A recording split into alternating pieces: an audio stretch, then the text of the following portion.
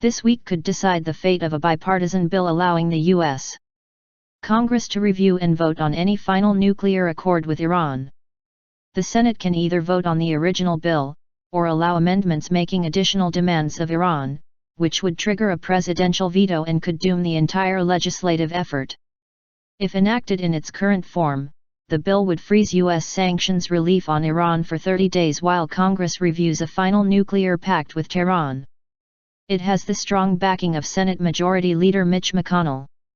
These sanctions are a big reason why America was able to bring Iran to the negotiating table in the first place. We should not be giving up that leverage now without the American people, through members of Congress they elect, having a chance to weigh in. Quite simple, he said. But some of the very Republicans McConnell leads are putting him in a tough position. They are trying to force votes on amendments on side issues to the nuclear talks, like compelling Tehran to recognize Israel's right to exist. The so-called poison pill amendments could derail the bill, but Senator Tom Cotton is unapologetic. We need to vote. If you do not want to vote, you should not have come to the Senate. If you are in the Senate and you do not want to vote, you should leave. Cotton added, we are talking about a nuclear-armed Iran, the most dangerous threat to our national security. The authors of the bipartisan bill to give Congress major oversight role in a potential deal to limit Iran's nuclear program, Senators Bob Corker and Ben Cardin, have pleaded for restraint.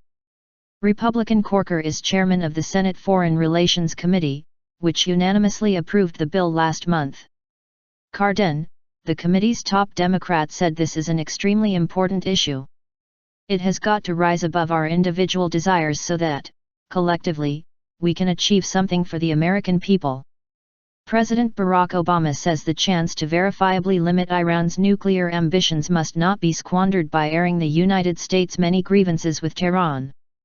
White House spokesman Josh Earnest said the U.S. does not anticipate that the negotiations will resolve the long list of concerns Washington has with Iranian behavior.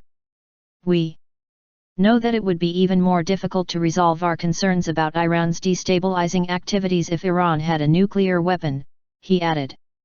McConnell can either allow votes on polarizing amendments, or move to end floor debate and bring the unaltered bill up for a final vote. Iran and the group that includes the US, Britain, China, France, Russia, and Germany have set a June 30 deadline for finalizing a deal after agreeing to a framework earlier this month. U.S. Secretary of State John Kerry and his Iranian counterpart Mohammad Javad Zarif met last week in New York for private talks. Before the meeting, Kerry told a UN conference on nuclear non-proliferation that a deal would make the world safer. In exchange for curtailing its nuclear activity, Iran would get relief from sanctions that have hurt its economy. Iran has long insisted its nuclear program is peaceful with a focus on uses such as power generation and medical research, not trying to build bombs.